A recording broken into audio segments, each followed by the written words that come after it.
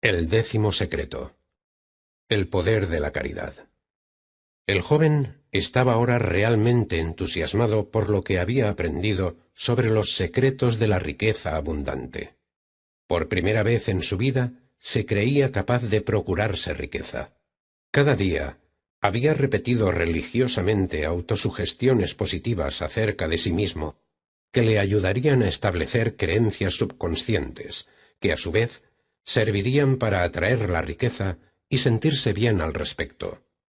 Había pensado mucho y detenidamente sobre lo que quería en la vida desde un punto de vista económico, social, profesional y emocional, y había escrito sus objetivos para hacer visualizaciones y verse con ellos logrados. Su gran sueño era hacerse escritor, pero no le interesaba escribir cualquier tipo de libros. Quería escribir algo que dejara huella en la vida de la gente que lo leyera. También tenía otros sueños: una casa independiente, grande y con su propia zona verde, como las que solía ver al lado del parque.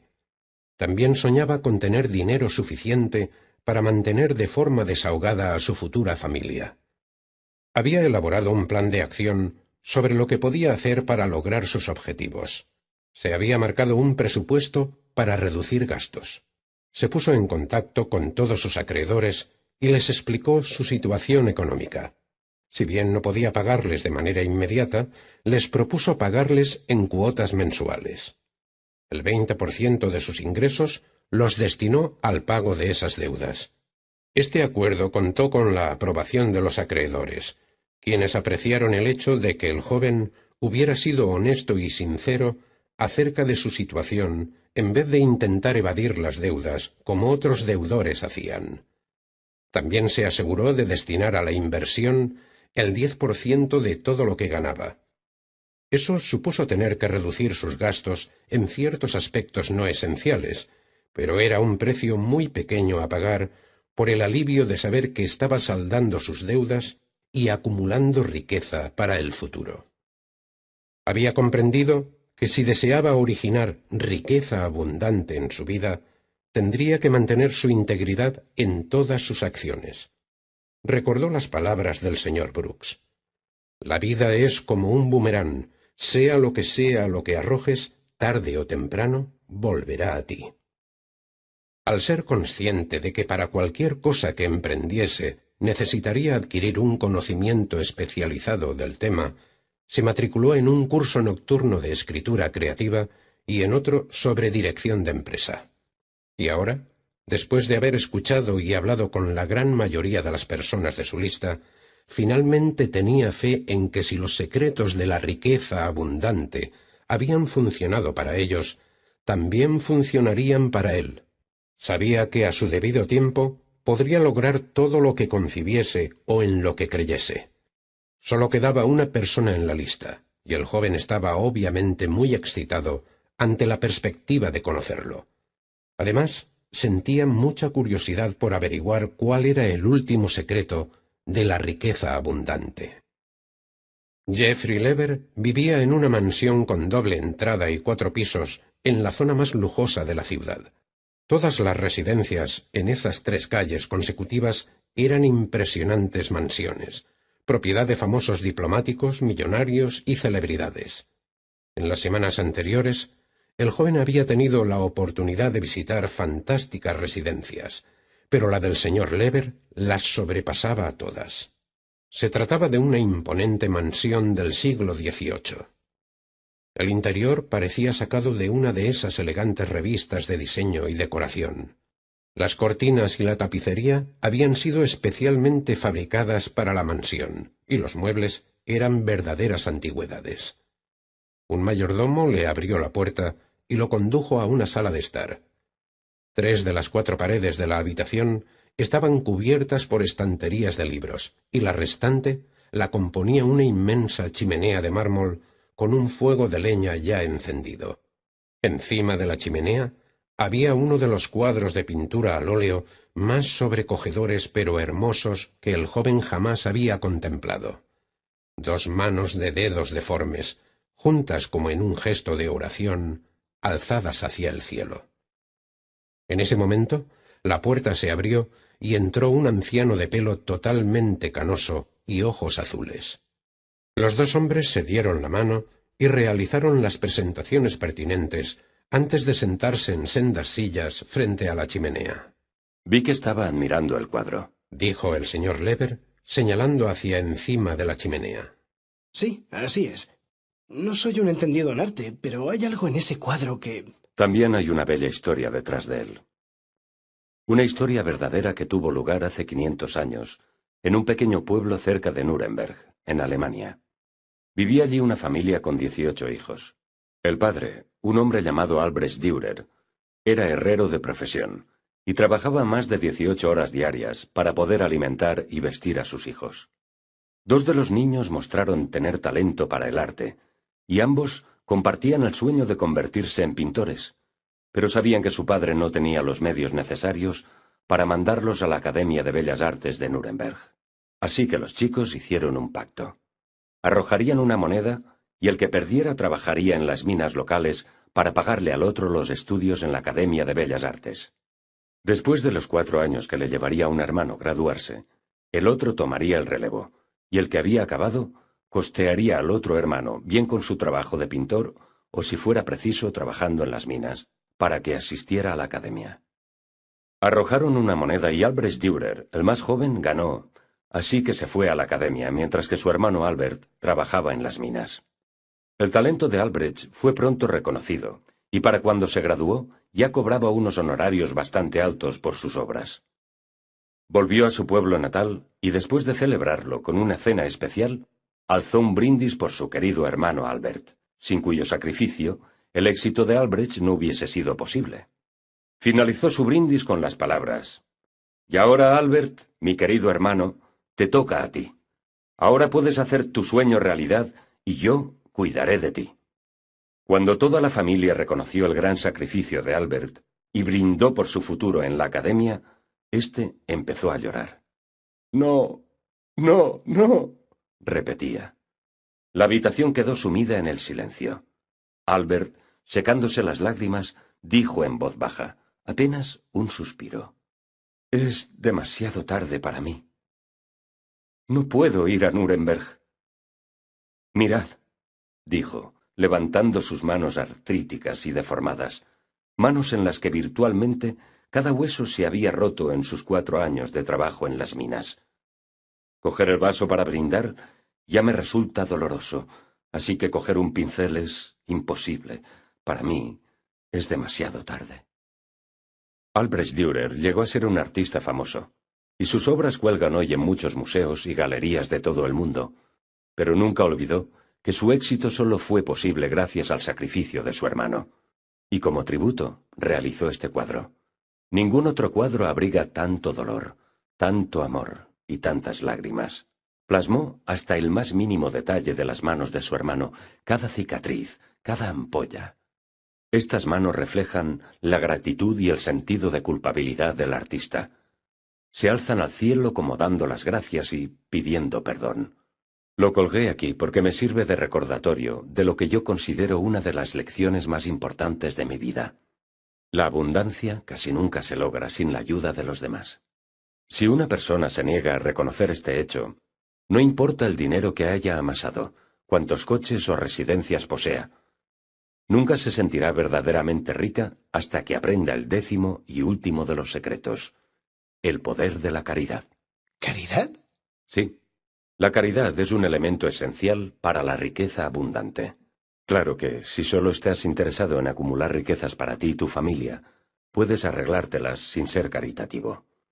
Pero si ese es el caso, nunca experimentarás riqueza abundante.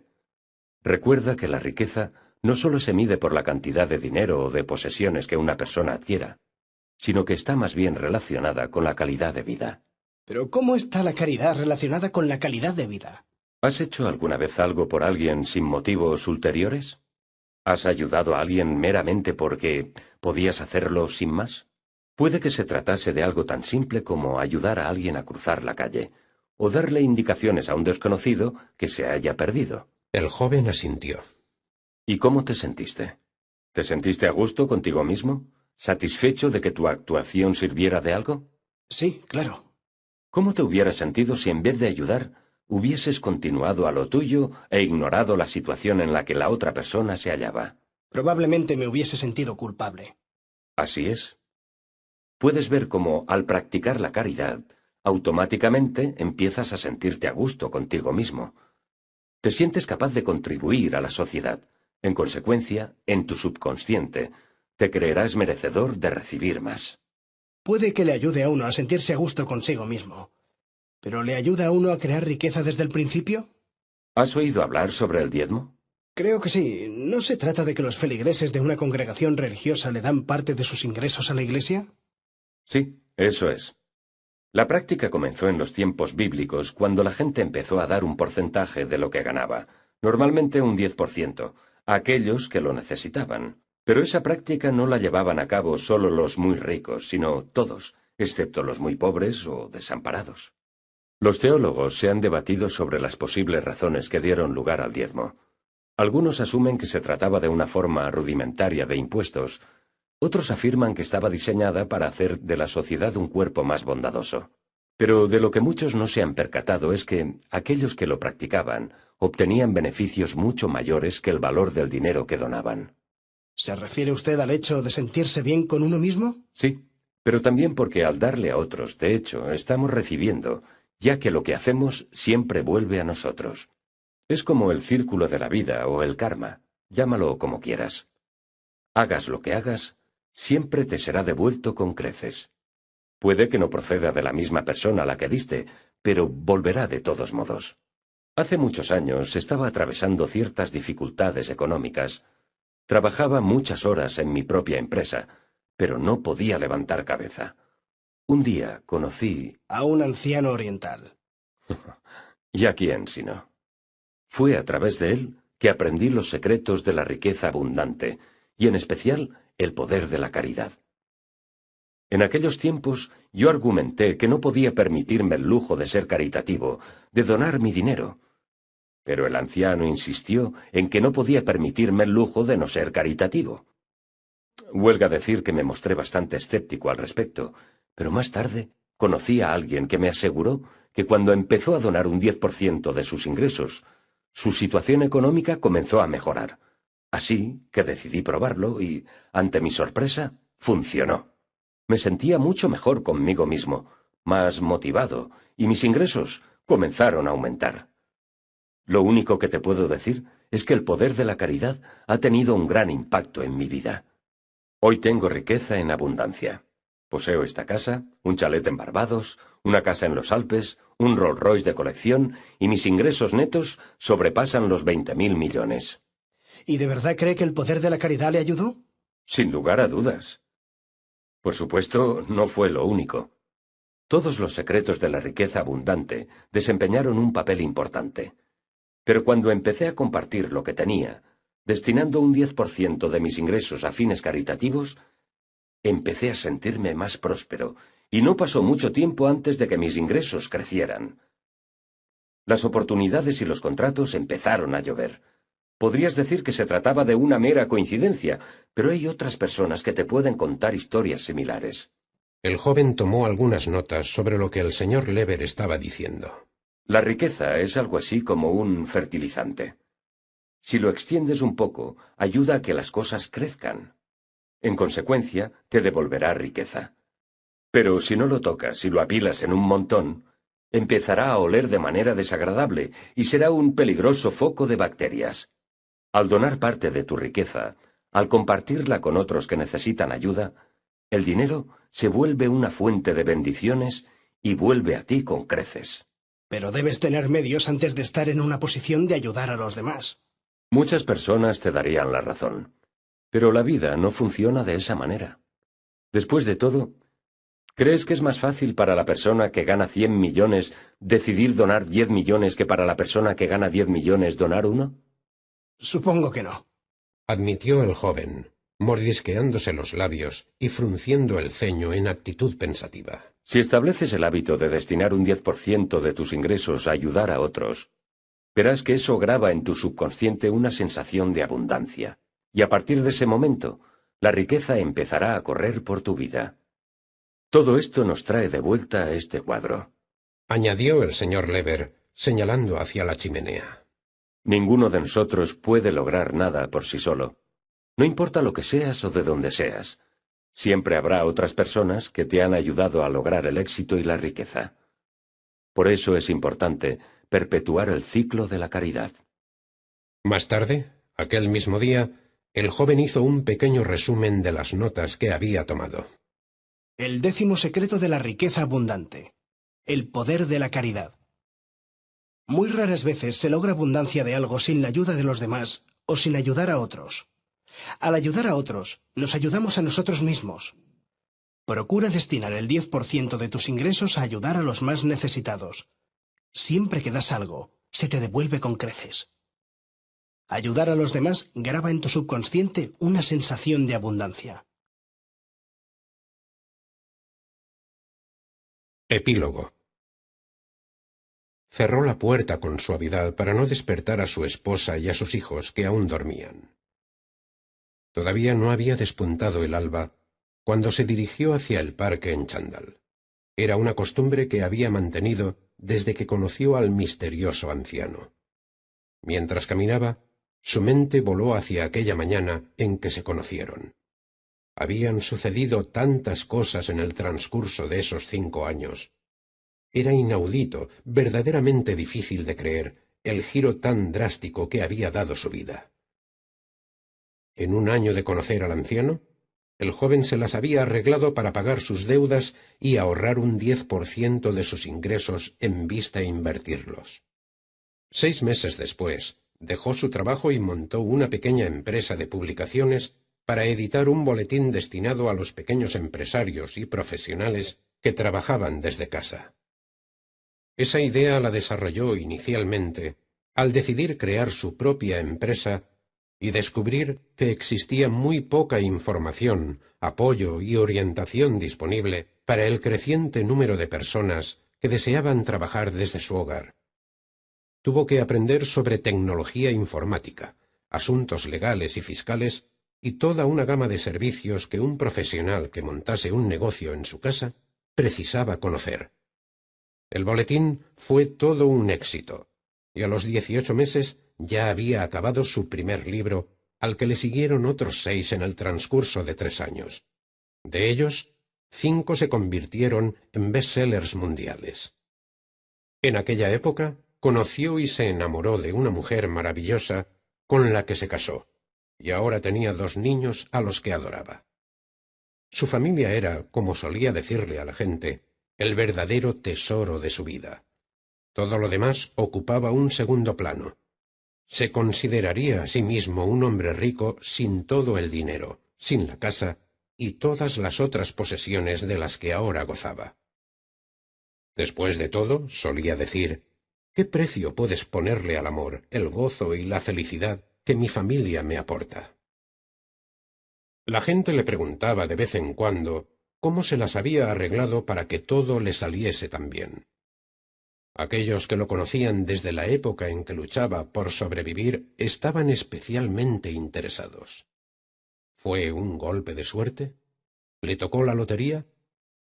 Les contó su encuentro con el anciano y los secretos de la riqueza abundante. Pocos lo creyeron, pero hubo algunos que escucharon e incorporaron los secretos de la riqueza abundante a sus vidas. Todos ellos, sin excepción alguna, experimentaron un aumento de ingresos considerable, pero además, como le confesaron al joven, adquirieron algo más valioso que el dinero y más precioso que los diamantes: una actitud diferente ante la vida. Ya no se sentían víctimas de las circunstancias, sino dueños de su propio destino. Saber que había ayudado a otros era para el joven el sentimiento más maravilloso del mundo. Cualquier hombre es rico cuando experimenta el gozo de ayudar a los demás. Cada mañana, mientras paseaba por el parque, albergaba la esperanza de encontrarse de nuevo con el anciano. Deseaba que supiera lo que había sucedido en su vida gracias a ese encuentro y a los secretos de la riqueza abundante. Le hubiera gustado darle las gracias por todo lo que había hecho por él. Pero esa mañana, como en todas las anteriores, no había ni rastro del anciano. En su camino de vuelta a casa ya amanecía, y el sol descubría un cielo azul. El joven recogió el correo del buzón y se dispuso a calentar agua para prepararle a su esposa una taza de té. De súbito, el teléfono sonó y se sobresaltó. Eran las 7 de la mañana, una hora bastante infrecuente de recibir una llamada de teléfono. Cogió el teléfono. Sí, dígame. Buenos días. Usted no me conoce. Mi nombre es Arnold Banks. Perdone que le llame tan temprano, pero acabo de conocer a un anciano que me ha dado su número de teléfono y me ha dicho que usted podría explicarme algo acerca de... Los secretos de la riqueza abundante. ¿Sí? Los secretos de la riqueza abundante. Por supuesto. Añadió el joven, sin poder ocultar la alegría que sentía. Será todo un placer.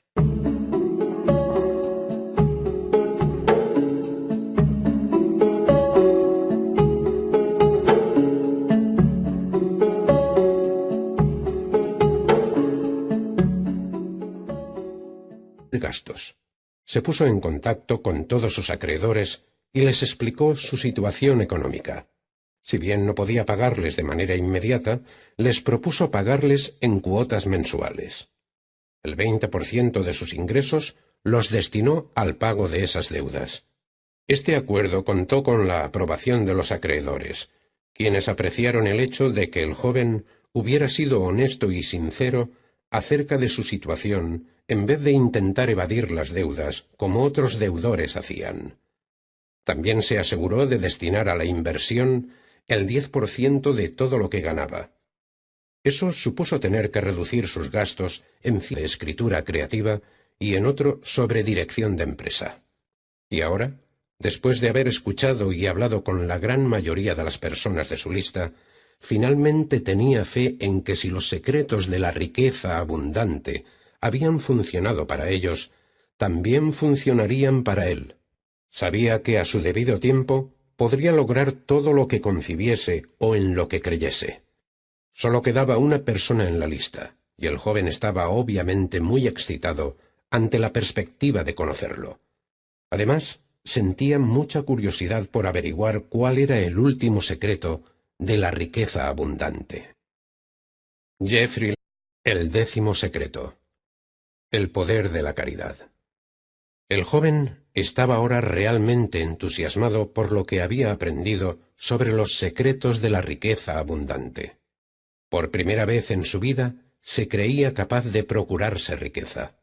Cada día había repetido religiosamente autosugestiones positivas acerca de sí mismo, que le ayudarían a establecer creencias subconscientes, que a su vez servirían para atraer la riqueza y sentirse bien al respecto. Había pensado mucho y detenidamente sobre lo que quería en la vida desde un punto de vista económico, social, profesional, ciertos aspectos no esenciales, pero era un precio muy pequeño a pagar por el alivio de saber que estaba saldando sus deudas y acumulando riqueza para el futuro. Había comprendido que si deseaba originar riqueza abundante en su vida, tendría que mantener su integridad en todas sus acciones. Recordó las palabras del señor Brooks. La vida es como un boomerang, sea lo que arrojes, tarde o temprano, volverá a ti.